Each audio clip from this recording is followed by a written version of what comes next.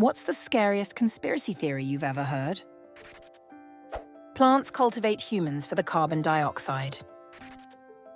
Those Facebook memes of posting a current selfie and a photo of you taken 10 years ago is to program facial recognition software. That there is no such thing as food-safe plastic. This is a regional one, but the idea that Robert Picton, the pig farm serial killer, didn't act alone. The theory goes that the farm was a common party spot for the Vancouver Police Department and Hells Angels, and that was the reason he got away with it for as long as he did. Recently, he died in jail, and the families of his victims are furious he was not able to testify. There were also a lot of sketchy things to do with evidence.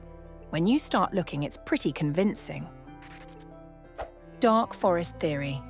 The idea is that we can't find any evidence of extraterrestrial life because the smart ones are hiding, and the less advanced ones have been wiped out by something else. There could be some unknown threat out there that forces intelligent beings to stay hidden from others. The fear of this predator drives them to conceal their existence so effectively that we don't even suspect they're out there. Maybe we just haven't realized yet that it's safer to stay in the shadows because one day that predator might find us too. The current social wars were designed to distract us from the trillions of dollars that went from the middle class to the wealthy. It will continue to happen while people fight over body parts and bedroom activities. The people almost broke through with Occupy Wall St, but the PTB continued to divide people to make sure it can't happen again. Some people believe that NASA faked the moon landings. They think it was all a staged event to win the space race against the Soviet Union. The idea is that the footage was filmed on a set, and all the evidence we've seen is just a well-crafted illusion. Despite countless proofs of the landings being real, this conspiracy theory refuses to die, making it one of the most persistent and eerie beliefs out there. Some believe that Ask Reddit is secretly a data-scraping tool for marketing companies. The idea is that big corporations like Disney might use the platform to subtly gather information about what people want. For example, they could pay someone to ask about favorite childhood Disney movies to see which ones should be remade next. The theory suggests that these questions aren't just random, they're strategically designed to farm data from the masses. While I just made this up, it wouldn't be surprising if something like this is actually happening. The thought of our innocent discussions being used for profit adds a creepy twist to our online interactions. Edit. Yes, I'm aware that the idea of Reddit selling data for market research is not exactly novel. The crux of the conspiracy theory is that many questions are not asked by real accounts. Consider a situation where something is trending somewhere else online. Then a question is asked by a user to get a better idea of whether the trend is exploitable in some way or just a flash in the pan. The food we have been eating in the United States is a huge part of the mental illness going on today. Some people are unsettled by the idea that shrimp are basically just underwater bugs. Both shrimp and insects belong to the same group called arthropods, which means they share a lot of similarities. This comparison can make eating shrimp feel a bit strange for those who think of them as ocean-dwelling cousins of crickets and beetles. It's a reminder of how closely related different forms of life can be, even if they seem worlds apart. A small one. Samsung announced that the Galaxy Watch 4 would include a non-invasive continuous glucose monitor, which would allow you to monitor your blood sugar at any time while you wear it, for as long as you own it. A month before the 4 was released, that feature quietly disappeared from all of the marketing, without explanation, and now, years later, is nowhere to be found. I believe Abbott Laboratories, makers of the Freestyle Light Glucometer and the Freestyle Libre continuous glucose monitor systems, panicked, fearing that a non-expiring, non-invasive glucose monitor would be hugely popular among diabetics and devastate their death grip on the market, paid a huge bribe to Samsung to drop the whole thing. that the public school system is intentionally designed to fail students. The theory suggests that schools are structured in a way that stifles creativity and critical thinking, crushing kids' dreams by the time they graduate. The ultimate goal: to push them into low-paying jobs in factories or similar industries, where they become just another cog in the machine. This idea paints a grim picture of an education system that's less about learning and more about conditioning future workers to accept their place in a predetermined, monotonous life. It's a haunting thought that the very institutions meant to empower us might be setting us up for failure instead. Hot dogs and buns come in different numbers on purpose. There's a chilling theory that the South Korean prosecution office bullies people to the point of suicide. While it may sound extreme, the fact that the current president has openly admitted to such practices adds a terrifying layer of truth to it. This idea suggests that the legal system, which should be protecting citizens, is instead using its power to pressure individuals into taking their own lives. It's a deeply disturbing thought that those in positions of authority could be pushing people to such desperate measures. While it might not be the scariest theory out there, the reality behind it makes it all the more unsettling. Here's a new one for you. Spontaneous life is actually extremely common in the universe. We talk about the primordial ooze, where the first proteins formed into a cell and all that. But this theory states that life actually spontaneously arises on a microscopic level constantly. Well, constantly on a universal timescale at least. Not all of it is carbon-based, and in fact, life has formed in many different ways that we don't recognize as true life. However, there is one critical thing that acts as a gateway: reproduction.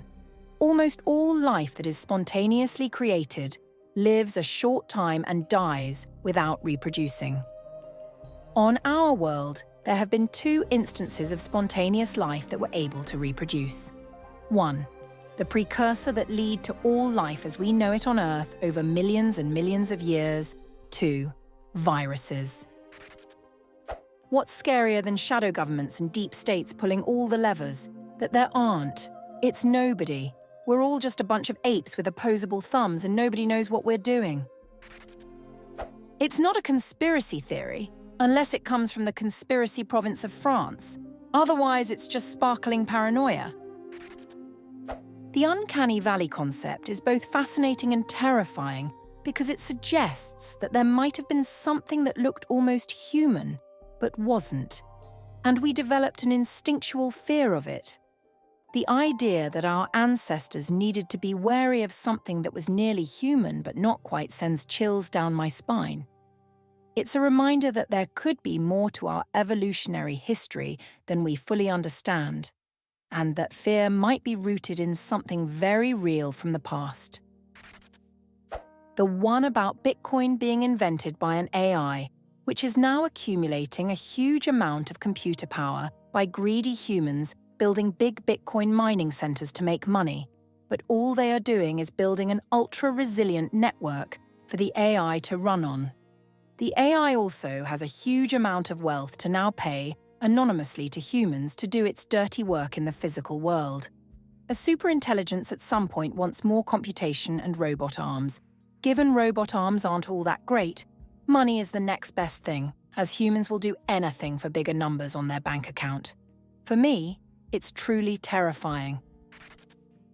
There's a theory that some instances of the Mandela effect are actually clever advertisements for a firm that specializes in countering the Streisand effect for the ultra-wealthy. The idea is that these bizarre shared false memories are planted intentionally to distract the public from real controversies or to manipulate public perception.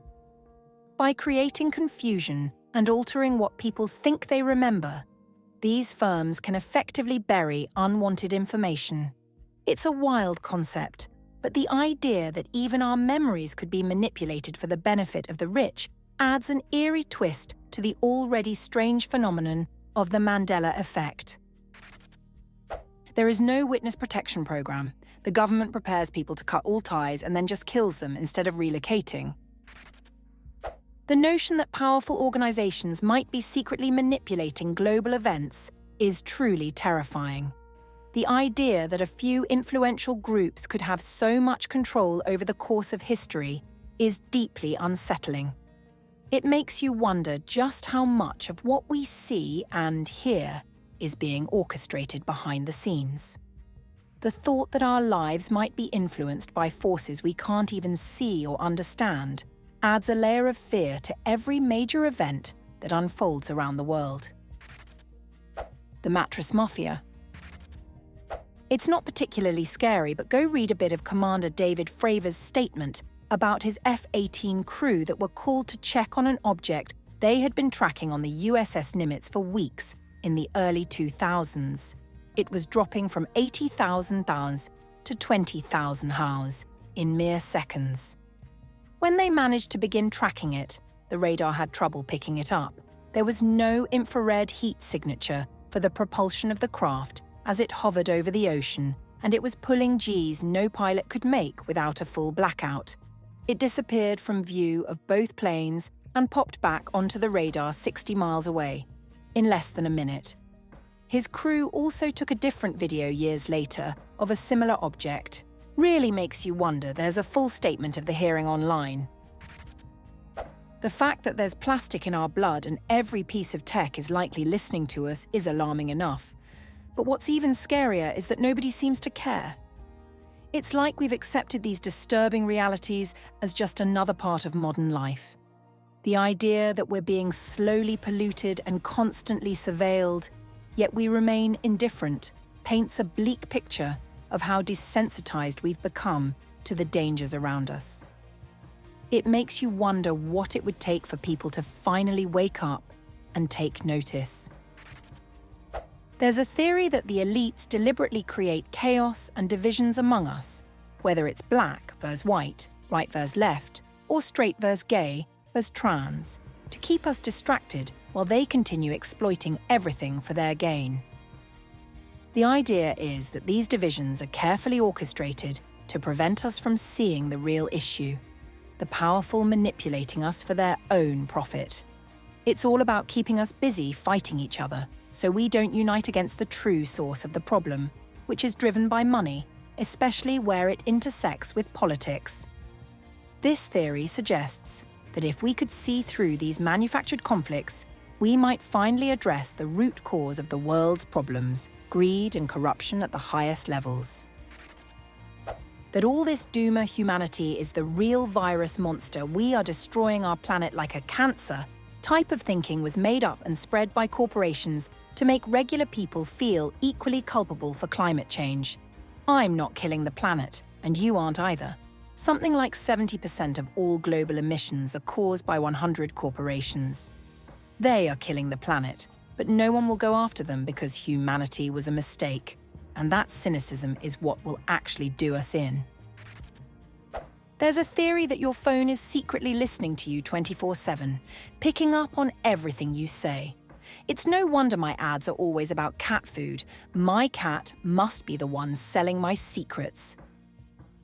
The thought that our devices might be constantly eavesdropping is creepy enough, but imagining that my own pet is in on the scheme adds a funny yet unsettling twist to it all. It makes you wonder just how much our technology knows about us and what it's really doing with that information. That aliens exist, but we're the only dummies being loud because there's a bigger, scarier race of aliens out there that all the other races are hiding from. Edit. So I'm not saying this is true or arguing that it is, but every time I hear this theory, it gives me the heebie-jeebies. I thought we were talking about the scariest conspiracy theories we've ever heard, not arguing our own theories. Don't know why everyone is jumping to tell me I'm wrong. Boeing is killing whistleblowers. That governments allow events to take place so they can implement security restrictions. The riots in the UK and protests across the EU are allowed, possibly even encouraged. The citizens will demand order by any means necessary, and that's when the restrictions will come in. There's a chilling theory that the US government is intentionally lacing street drugs with fentanyl to target and kill poor drug users. The idea behind this is that it's a sinister way to reduce the population of vulnerable people, those who are already struggling and marginalized. While it sounds like something out of a dystopian novel, the mere possibility that such a tactic could be employed is deeply disturbing. It reflects a fear that those in power might go to extreme lengths to control or eliminate those they deem undesirable. Hans Niemann did use a vibrator to cheat on chess. Some people believe that humans are nothing more than a virus slowly destroying the Earth, which they see as a larger living organism. According to this theory, Earth will eventually fight back, like a body getting a fever to rid itself of an infection. The idea that our planet might one day reject us as a way to heal itself is both haunting and humbling. It forces us to consider the impact we're having on the environment and what might happen if the Earth decides it's had enough. It wasn't the scariest BC, it's bullshit, but it was the way it was told to me. That was the scariest. My Whole Foods used to have a bar, IKR, and we'd hang there on Fridays. I was waiting for my friends when some random guy sits down and starts chatting to the Whole Foods worker bartender. This guy's conspiracy theory of all the things he could invent was that Patton Oswalt killed his wife, right? I figured it was a joke or a bit, but this guy was dead serious. The poor makeshift bartender guy and I were sort of sucked into this whole thing. I'm not really sure how to describe how creepy it was, but this guy was just matter-of-fact laying out how Patton had spiked her medicine, faked this whole breakdown thing, then conveniently got remarried a year later as all part of some grand plan. I wasn't sad when my friends showed up and I moved away. This was years ago and that guy still creeps me out. Pizzagate is one of those conspiracy theories that shows just how dangerous misinformation can be. I watched After Truth, an HBO documentary that dives into fake news and how it spreads, and it included an interview with the owner of Comet Ping Pong, the restaurant at the heart of Pizzagate. You could see the trauma in his eyes as he recounted the experience. The idea that a gunman stormed his restaurant fully believing in a debunked lie is terrifying. He could have easily killed innocent people because of a completely fabricated story.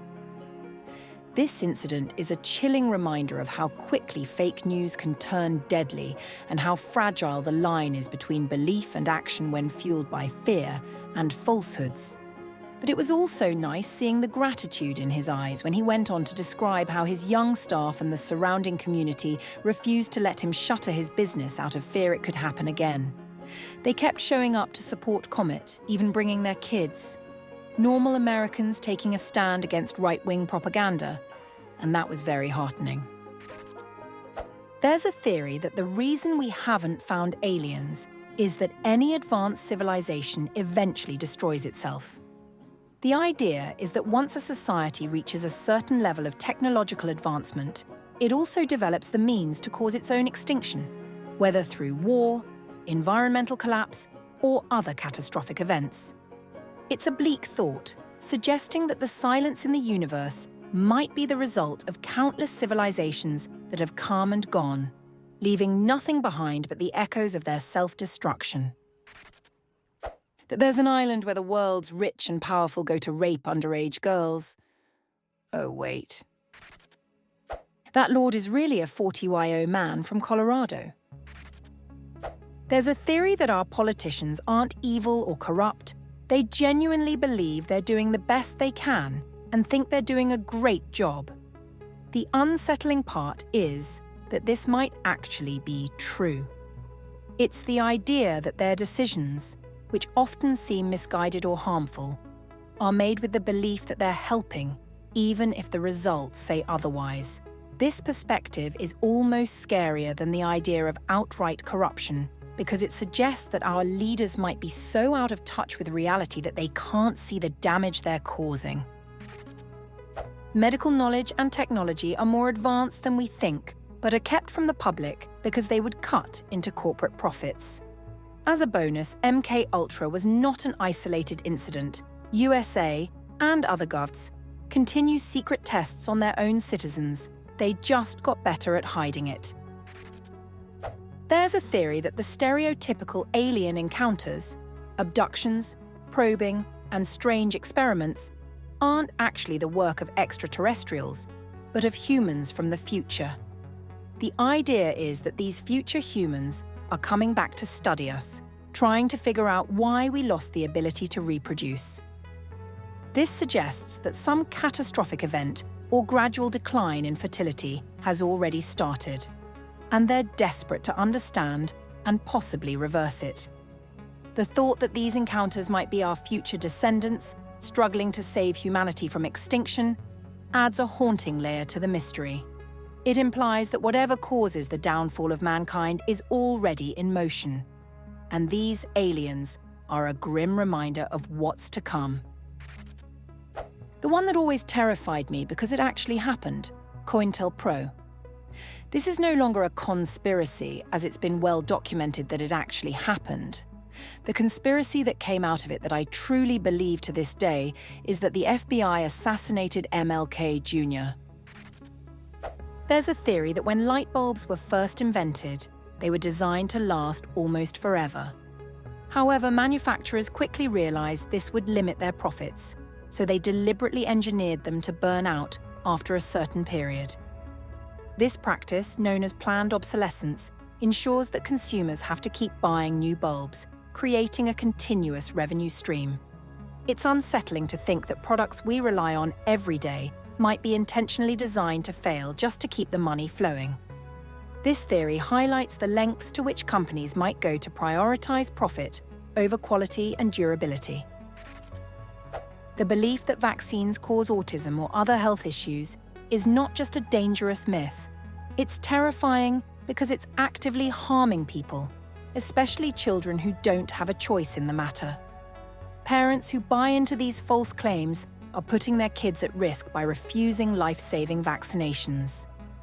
The consequences are severe, as preventable diseases are making a comeback, endangering entire communities. It's a stark reminder of how misinformation can spread fear and lead to real tragic outcomes, particularly for the most vulnerable. Sucking your own dick feels less like getting a blowjob and more like giving one. What secret have you kept from everyone? My house was raided for child pornography. Agents came through, searched every room, collected every storage device, and questioned me. I promptly said I would not talk without a lawyer. My wife was bawling. I told her to not talk without a lawyer. After about 4 hours, all of the agents left with every electronic device. Then they handed me the warrant.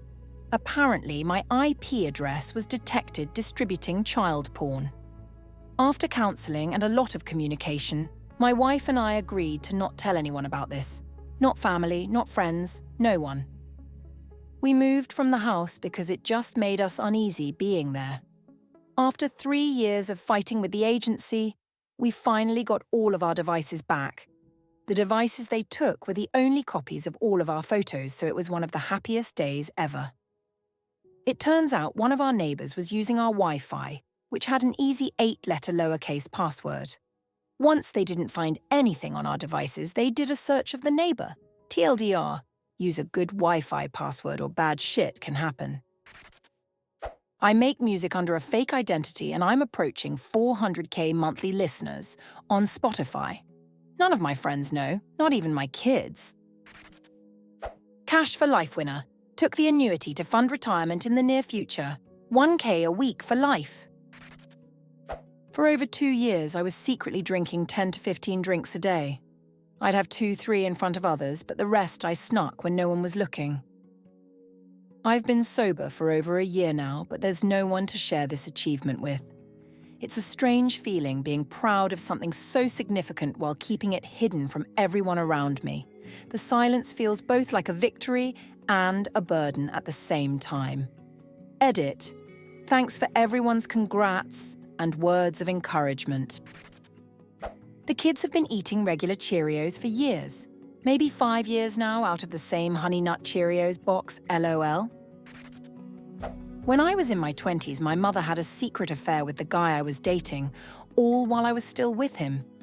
Now at 60, it still hurts that she would betray me like that. The pain of knowing someone so close to me could do something so cruel has lingered all these years. It's a wound that never fully healed, a betrayal that still haunts me every time I think about it. If you're reading this, brother, your N64 Donkey Kong cartridge is buried out back next to the daffodils in our old house. You should have let me play it with you. I recently went through bladder cancer surgery and treatment. Thankfully, I'm fine now, but I told very few people, not even my family.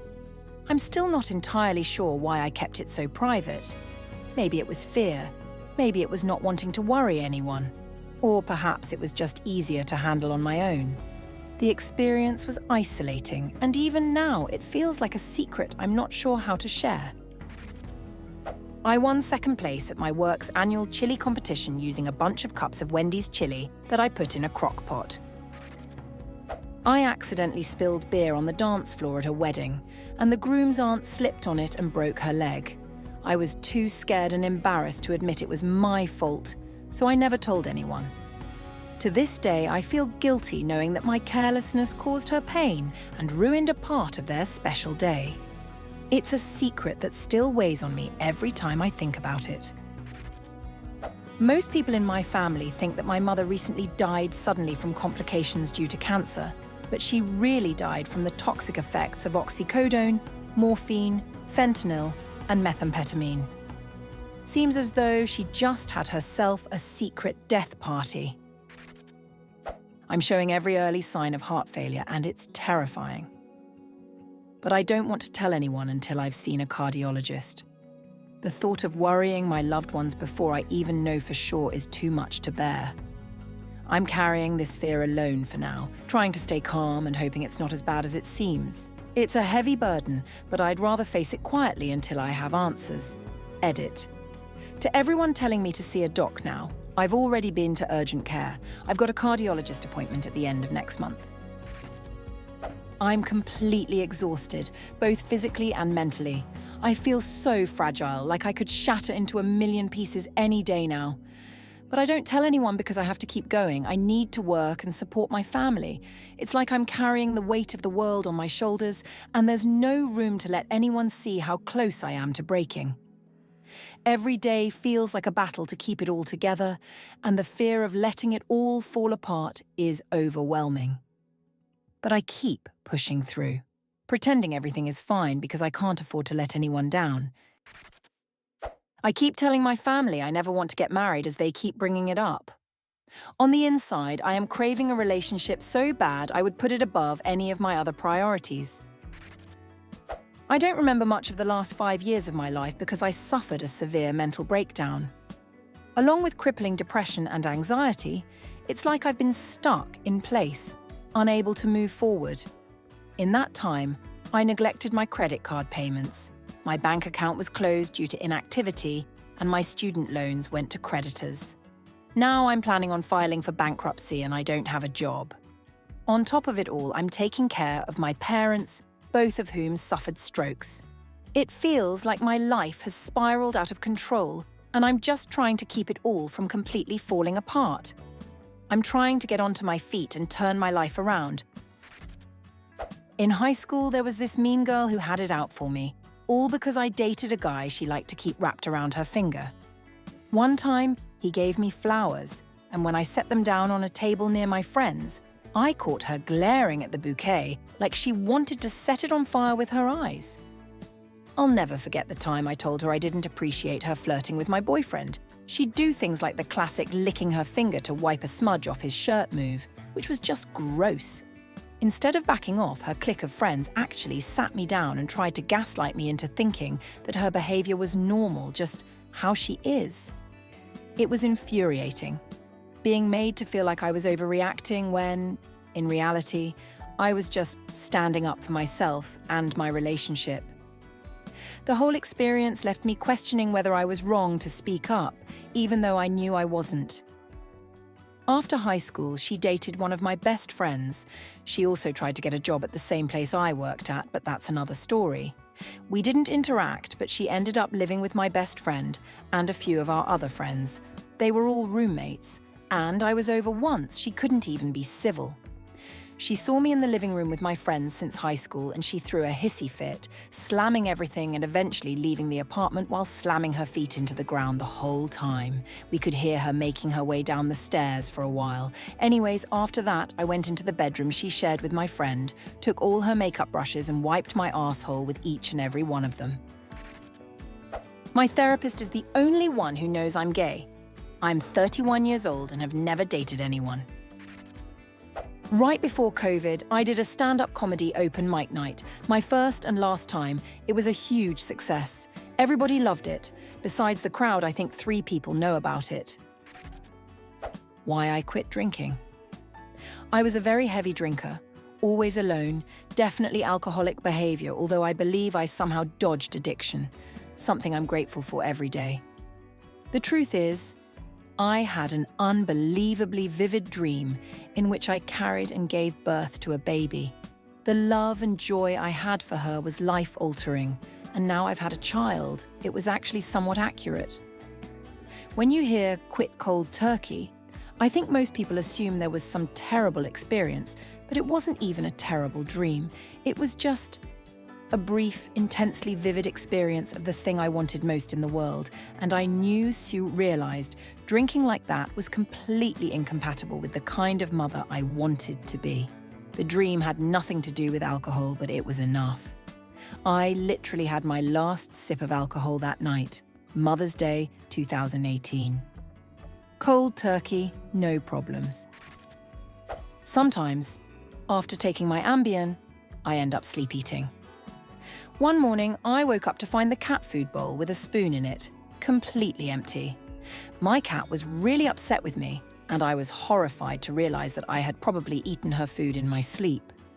It's one of those bizarre and embarrassing moments that make me laugh now, but I'm sure my cat hasn't forgiven me for it yet. Not a huge secret in comparison to some of these answers, but I feel the guilt of it often.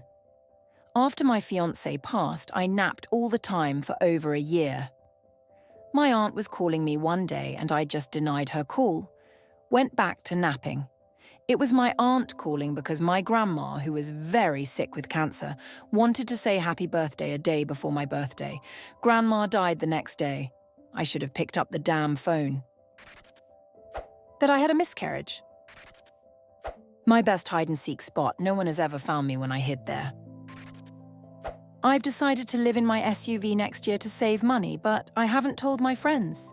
They wanted me to rent with them or from them, but I'm secretly planning my new rent-free lifestyle. I make too much to qualify for low-rent housing, but not enough to save for a house with the way rent prices are skyrocketing. It's not an ideal situation, but it feels like the only way I can get ahead financially. While they think I'll be joining them, I'm preparing for a very different, more minimalist way of life. My mum thinks I'll be renting with friends. Still have to break the news to a girl I've been seeing. It's only been 3 weeks, so maybe I won't have to worry about that. In the pre-Keurig days, we had a coffee club at the office.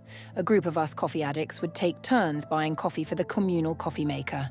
I got annoyed with the club, so I slowly started swapping out some of the regular grounds with decaf.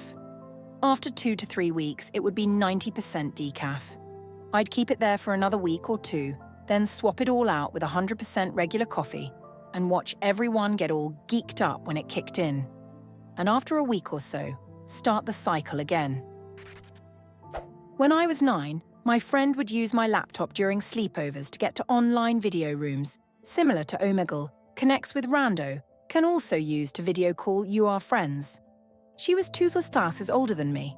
One night, she was controlling it, and the person started asking us more inappropriate questions. She would answer. I was uncomfortable but not familiar with any of this shit. I was 9 and it was 2008. I didn't understand that the internet was scary or dangerous. Anyways, my friend undressed to her bra and pressured me into doing so as well. I remember feeling wrong. But I didn't have many friends and did what she said. The person told us to stand in front of the camera, etc. I only remember standing in front of the camera, nothing else. But I closed it at one point because it just felt too wrong, even at barely 9. Weeks later, I received a message on the platform from some user. Ended up being the same man/woman from that night. They recorded the entire thing and threatened to send to everyone I knew on my FB list. EDEC, how they had it. If I didn't join their private room and do what they said. All I remember is the pure terror I felt. I remember the room name Slave Cave. I deleted that account, the website I only used to video chat my friends at my school because of this. I will never forget the pure fear I felt. I was only 9. I battled internally with myself until I was almost 20 because I felt that it was all my fault, which isn't true in the slightest. I've never told anyone, not even my therapist. I plan to. I was raped by my boyfriend in high school, and that is the reason I had 2 C-sections. Not because it was medically necessary, but because I couldn't tolerate the physical exams. I started crying when my doctor attempted to see if I was dilated, and she asked, "Okay, what is really going on here?" I told her, and she said, "I'm going to schedule you for a C-section on the Doc-Salon, and you don't ever have to explain this to anyone. I'll write some stuff in your charts so no one will ask questions." I love that woman.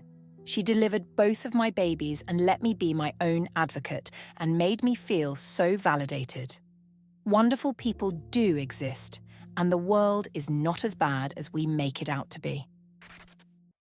I walked at my college graduation and somehow got my diploma, even though I was actually 1 class short. I have no idea how that happened, but I didn't question it. The next semester I went back and retook the 1 class I needed, so I think I'm good now. It's a strange situation, but I'm just relieved everything seems to have worked out in the end. Still, I sometimes wonder if there's some clerical error that might catch up with me someday. I won a lottery keeping it secret.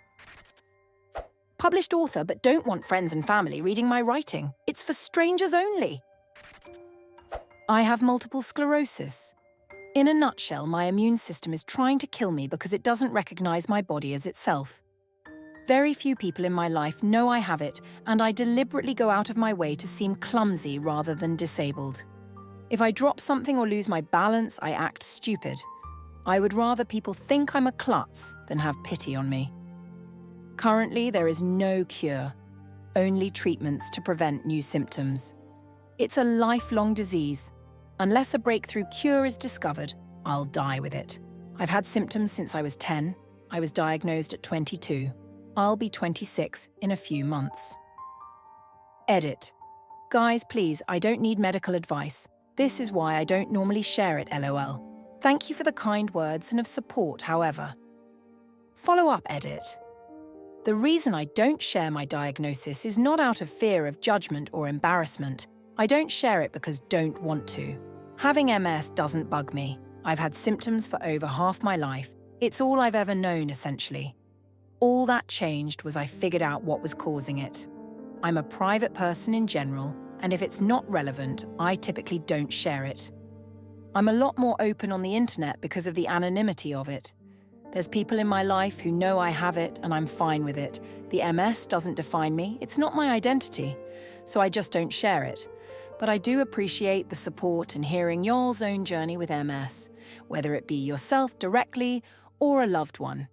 Y'all really are sweet, and it's amazing how considerate all of you are. Thank you, really. Stay strong, everyone.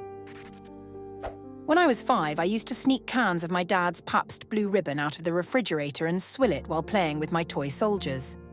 My oldest brother got the blame. 57 years later, thank you for giving me the opportunity to come clean. I had a miscarriage and had to have surgery because I wouldn't actually miscarry the baby. The only people in my life that know are doctors, my boyfriend, and one person that was a friend. When I told the friend, she said it wasn't like it was a real baby anyway, so I shouldn't be upset. And from then on, I didn't speak to her and haven't told anyone else, except strangers on the internet now, I guess. I was raped at 14 by our next-door neighbor. He drugged me, stole my virginity, and then threatened to kill my entire family if I ever said a word. 6 months later, I was told that Mom was leaving Dad for the neighbour. I didn't tell her because I was sure that if I told her then, she'd think I was a terrible person making up lies to make her stay. I waited for a few months so I could tell her after the crisis moment was over. Then she had a sudden heart attack at only 35. So I was, again, afraid to tell her because I feared that the shock and grief would kill her. There's so much more to this, some truly awful stuff, but I doubt you guys want to hear it. I once pretended to know how to bake cookies but actually just bought them from the store. What a legend, right? That I'm getting sterilized as a single young woman. I don't think a lot of people can tell, but I struggle with clinical depression, and even with my meds each day, I have to find a reason to not kill myself. For about 2 years, I would get so hammered a few times a month and try to kill myself with my revolver or by ODing, and each morning I'd be so miserable waking up, and the hangover, withdrawal, never helped. It was a really dark period, and my memory is spotty.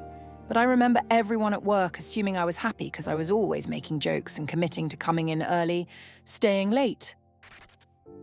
I tell everyone I don't want to get married, been with the love of my life for 4 years now. But the reality is, my partner's been fighting a divorce case for over 7 years, and this is why we cannot marry. 1. I was raped repeatedly as a kid by a family member. 2. I was drugged, raped, and had my bank accounts cleaned last November while out for a drink. 3.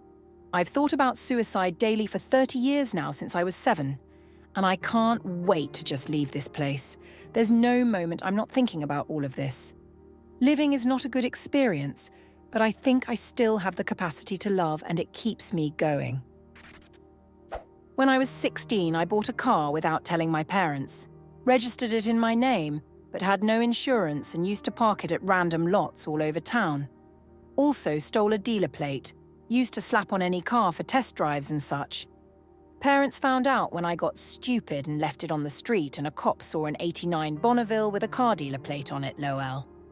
Anyway, the part I've never told anyone is that once I made the car legal at the furious behest of my parents, I would sometimes go up country to visit my dying widowed grandma. One time I told her I was coming up but did dumb teenage shit instead. She called me and left a message saying how sad she was I hadn't shown up. I lied and said I got a flat tire on the way. That was bullshit. Sorry, Grandma. I know you loved me anyway, but that was real bullshit. I have a heart condition that means I'll be gone in 10 years, absolute max. My family and a few close friends know that my heart isn't the greatest, because sometimes it limits what I can do. But none of them know the extent of it, or that it's not curable, only manageable, and will continue to deteriorate over time. I have 13 and 14-year-old boys. I just want to be around long enough to make sure they reach adulthood okay. That's enough for me. The reason I'm keeping it to myself is that I went through breast cancer and chemo at 29. I saw the way people looked at me then, how they treated me, the pity in their eyes. And those were the ones that didn't simply dump me because they didn't know how to deal with it. I don't want that again. It was the chemo that ruined my heart. I had a very bad reaction to one of the chemo drugs. I was told I could continue treatment with it and risk possible long-term damage or discontinued treatment and more than likely die of cancer. My kids were 1.5 and 2 then. It was an easy choice. I'd take my chances with the chemo and pay the ferryman later, giving me as much time with my kids as I could wrangle. When the damage to my heart was discovered, the doctors were surprised at how at peace and calm I was about the rather bleak prognosis. But the way I see it, if I hadn't had the chemo, I'd already be dead. I've already managed almost 12 extra years and may get another 10. I did all the I may die existential mental gymnastics back then, and am happy with my choices. I got granted extra time I had fully come to terms with potentially not having. I'm grateful for that. And that's why it would piss me off beyond belief to see pity in people's eyes and have them feel sorry for me. It minimizes my achievement. I won. I got more time than I dared to hope for, and I won't let anyone tarnish that achievement. Men of Reddit, what little things do women do that you really appreciate? My girlfriend told me once, I can't solve every problem, but I know I can always be here for you when you need help. Really made me feel supported and loved. My wife told me I looked good in my shirt today. I've been on the moon all day. When you're sitting down next to her and she places her head on your shoulder and smiles. I really like how they exist. I mean, it's like the bare minimum, but it's pretty nice that they exist. I really appreciate it when women remember small details about my day or surprise me with my favorite snack. It might seem like a little thing, but it shows that they're paying attention and that they care. It's those thoughtful gestures that make me feel seen and valued, knowing that something as simple as a snack can brighten my day. It's these small acts of kindness that can turn an ordinary moment into something special. You guys are making me feel like I want to be in a relationship again. The way you describe these sweet, thoughtful gestures is really touching. It reminds me of the little things that make relationships special, the small acts of kindness and care that can mean so much. Hearing about all these moments is making me realize how much I miss having that kind of connection with someone. The look they give you that lets, you are their whole world. There are so many little things I appreciate, but today my dearly beloved did something that really stood out. She came up behind me while I was sitting at the kitchen table, bent down and hugged me from behind. She just stayed like that for a while, and it was one of those simple yet incredibly comforting moments. It made me feel so loved and cared for, just knowing she wanted to be close to me without saying a word. It's these quiet, tender moments that mean the most to me. My wife talks me up in front of other people. I'd never had that before and had a toxic family, so I was used to hearing people speak negatively, if at all. We've been married 9 years, and I still get a lump in my throat when I hear her compliment me, or hear it secondhand that she spoke well of me to someone, especially if I wasn't there. Her mum told me that my wife said she should ask me for advice on an upcoming trip, and that I'm her favourite person to travel with because I put so much effort into researching places that it's like having a personal tour guide wherever we go. NGL got choked up. Even the time I accidentally overheard her tell her friend that I have great handwriting, high on that for a full day. My wife occasionally wakes me up in bed with a cup of coffee made just the way I like it. Every time she does that, I'm like, damn, she really loves me. It's such a small gesture, but it means the world to me. It's those little things like bringing me coffee that remind me how much she cares. It's funny how something as simple as a cup of coffee can make me feel so appreciated and loved. Mao. Also, when she asks me questions about shit I'm passionate about, even if it's like a dumb video game. Asking how my day was at the end of the day and listening. Put in so much effort for us even when sometimes we're just not worth it.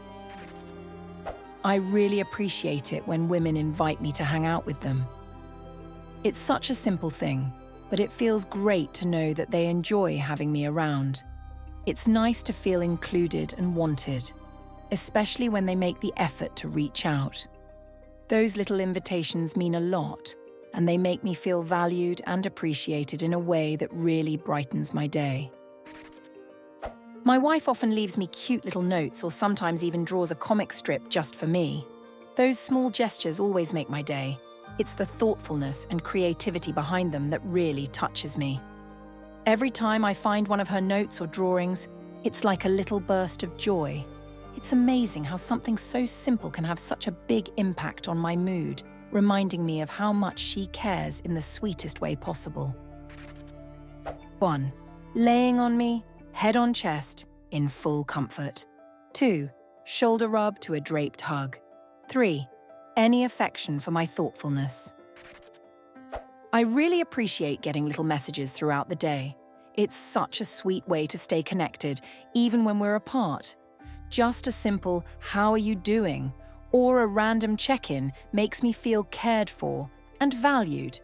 It's those small, thoughtful gestures that show someone is thinking about you, and that really means a lot to me. It's amazing how something so simple can brighten my day and make me feel special. Also, I'm disabled, so really any woman I ever see brings in more cash, and sometimes they buy me small things like a pizza or some weed or some comics or something. That's nice. When they say what they mean directly and don't expect men to be mind readers or pick up on their subtle hints. When they both verbalize and demonstrate appreciation for the things we do to make their lives better, and then reciprocate with an equal gesture. After a long day of parenting our little one, my wife sometimes looks me in the eye and thanks me for being part of her life. It's such a heartfelt moment that really hits home for me. Those simple words make all the hard work and tiredness worth it. Knowing that she appreciates me and values our partnership means everything. It's a reminder of how much love and gratitude we share, even in the midst of the daily chaos. No matter how many times I hear it, my heart melts, and I just want to cry and hold her forever. She has given me purpose to be better tomorrow than I was today. My wife makes me my lunch for work every day. It's such a sweet gesture of love. She keeps me humble. Head scratches. The way she changes my brakes and rotates my tires is something I really appreciate. It's not just about the practical help. It's the fact that she's willing to get her hands dirty and take care of things that most people wouldn't expect. It's such a cool and unexpected way of showing she cares, and it never fails to impress me. It's those little acts of service that make me feel really lucky to have her by my side. When she says she's fine and actually means it, my husband says with a smile. It's one of those little things that he really appreciates, when there's no hidden meaning or unspoken feelings behind the word fine. It's a small but significant moment of honesty and clarity that makes communication so much easier and our relationship that much stronger. It's funny how something so simple can mean so much. My fiancé has surprised me with flowers multiple times, and each time it almost brought me to tears. It's funny because if you had asked me beforehand if I wanted flowers, I probably would have just shrugged it off and said, whatever. But when she actually bought them and made it clear they were specifically for me, not just for us, it hit me in a way I didn't expect. I had such a strong emotional reaction to this simple gesture. It wasn't about the flowers themselves. It was about the thought behind them and the feeling of being cared for in such a personal and unexpected way. It's moments like these that remind me how deeply she loves me, and it makes me appreciate her all the more. I've been married 22 years. I am very appreciative every time my wife wants to have sex with me. I don't take it for granted. I get it regularly, and am thankful every time. When she pretends to hate my dad jokes, saying things like, "Why did I have to choose you?" or "Woe is me," but I know she secretly loves them, it always makes me smile. It's this playful banter that adds a special charm to our relationship. Even though she acts like she's suffering through my terrible puns, I can tell she enjoys them just as much as I do. It's a fun little game we play that brings us closer together, and it's those light-hearted moments that I cherish the most. A couple of years ago, I went on a first date with a girl who was pretty fresh out of a long-term relationship. To my surprise, she got me flowers, which was a first for me. No one had ever done that before.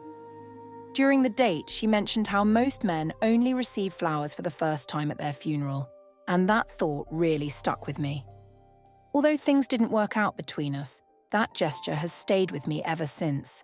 It was such a thoughtful and unexpected act, something I never realized would mean so much until it happened. Even now I think back on it and appreciate the kindness and consideration she showed, making that moment one of those rare, lasting memories. Laughing and touches. When they remember small details about me, it shows they care. I really appreciate it when she leaves sweet notes for me or makes time for spontaneous acts of kindness. It's those little surprises that brighten my day and make me feel cared for. Whether it's a simple note tucked away where I'll find it later or a small gesture out of the blue, these moments remind me of how much she values our relationship. It's the thoughtfulness behind these acts that means the most to me, showing that she's always thinking of ways to make me smile. This whole thread is so lovely. I'm really enjoying seeing what everyone is sharing. It's heartwarming to read all these stories and realize how much we all appreciate the little things in our relationships. It reminds me that love and kindness can be found in the simplest of gestures. It's been a joy to see how much we value these moments of connection and thoughtfulness. I'm here just to understand what interaction and engagement with women sounds and feels like. It's fascinating to read these experiences and get a sense of how these little moments of connection play out in real life. For someone who might not have had much experience in this area, it's really insightful to see how meaningful and appreciated these small gestures can be. It's a way for me to learn and maybe one day experience the same kind of connection. Everything my wife does. Just loving me. I appreciate she's amazing. She's everything I ever needed and wanted. I love waking up to her and going to sleep with her every single day, showing her how much I love her and showing her how much love she deserves. She's my soulmate, my best friend, my everything, the best cook I've ever had, the best lover I've ever had. I appreciate all she does for me and I plan to return it all to her. She deserves it. She truly is my ride or die. She always has had my back and always will I believe her. It's the small, thoughtful gestures that really make a difference. Like when she remembers something I casually mentioned weeks ago or sends a quick text just to check in during a busy day. Those moments mean so much. Even something as simple as a genuine smile or a hug when I'm feeling down can completely turn my day around. It's these little acts of care and attention that show me she's truly invested in us. Knowing that she pays attention to the details, that she's thinking about me even in the midst of her own busy life, makes me feel incredibly valued. It's not about grand gestures or big displays of affection. It's those everyday moments of kindness and connection that remind me how much she cares. And that's something I deeply appreciate and cherish in our relationship. After a night of partying and me oversharing with my wife of 10 years, she sent me this text. Hey, I love you. I know you were sorry for talking about the girls you missed fucking because you weren't picking up on their flirts. I'm not upset. I know you had a life before me. I know that I also have the best version of you. I have the version that is mature enough to be able to love me, for me and to be loved by who you are. I get the you that's my best friend. I would have hated the kid you that was an asshole kid. I love the you I have. The loyal, supportive, hard-working and loving man I get. I get to say that I am the only girl that gets that Steve Anonymous. I legit had to go to the truck on a job site because I got overwhelmed with emotion. She is amazing, and I love her for being that person. Small, thoughtful gestures like remembering your favorite coffee order or sending a sweet message. Anything nurturing or kind. I love when she remembers my favorite snack and shows up with it just because. It's like a little reminder that she gets me. Reading this as a woman is so sweet. Men, when in love, can be the most amazing thing on this planet. On the flip side, a heartbroken dude is the most dangerous creature on the planet. Show interest in me. Not just attraction, but showing that they actually care. I like it when they talk to me first and ask about me or my day. It makes me feel appreciated.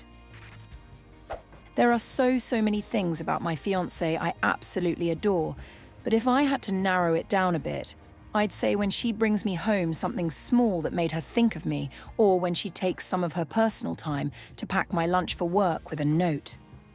Just trying to think of my favorite things about her makes me all the more grateful for her. One time when I was feeling down and just sitting on the couch staring at the TV screen, my GF came home and saw I was just kind of potatoing out. She asked what was wrong and I said just a kind of bad day, so she just sat with me and put her head on my shoulder and said, "Is this better?" And it was. At least for me. showing appreciation not by saying thank you, but by acting like they really appreciate what you do, like hugging, kissing, putting her head on my shoulder. Right now I'm sitting on the couch, my wife is sleeping with her head on my chest. We do this often enough, in fact, for a while it was every morning before work. I legit like it better than sex. Don't get me wrong, I'll take the sex, but this is just the best feeling in the world. When they look at you with that look of admiration and play with their hair. When they spritz themselves in nice smellies and walk past you frequently. When a woman is comfortable in her clothing and body and she rocks any look while looking her best. Never had this done to me, but I know every man in the world would love to have this done to them. Being told that, "I'm so glad you're in my life, it's a good thing we existed at the same time." When they verbally show appreciation for what I do and praise my prowess at something, and verbally express admiration and validation of the efforts I put into the relationship. I don't need anything from a woman except unprovoked touch. I cook and clean my own shit. I don't need a woman to do chores for me. I work hard. All I need is for a girl to grab me and kiss me without me having to do it myself. Little token gestures. Like a very, very quick call at work when she thinks you might be having a bad day. Coming to us once in a while with a soda and, God forbid, a sandwich when we're doing yard work or the taxes. No, we won't think you're our kitchen snack slave for doing it. Or sending something to us at home or at work on Valentine's Day. The world seems full of women who seem to think we constantly need to remind them they're wanted and cherished and desirable, and who are fine with the idea that if they reciprocate about 10% of the effort we bestow onto them, then that's somehow a fair trade. We came up north to help her great-grandparents with chores and such. Still here while I'm writing this. She just has been showing more affection as a whole. Her wanting to stay close and cuddly all the time makes my heart melt. Also, she's been more sentimental towards me, but I believe that comes from this being the last year for her granddad. I had to wear a suit to work the other day. The men were complimentary, saying I looked dapper and smart. The ladies were also complimentary, saying, "Ooh, check you out, and I didn't know you scrub up so well." It was a good day. Well, until my boss said, "Have you been to court for crimes against fashion?" Playing with my hair and touching me randomly gets me every time. Being tactile is so important. Also, dressing up for you-know-what as a surprise. I get home from work. The confidence to do that and being desired at that level is top-tier living. Running up and hugging me, spontaneous intimacy and taking the lead, telling me how to get her to climax, sharing her sexual fantasies with me, undressing me before getting into bed, wanting to try new things in bed, talking dirty to me.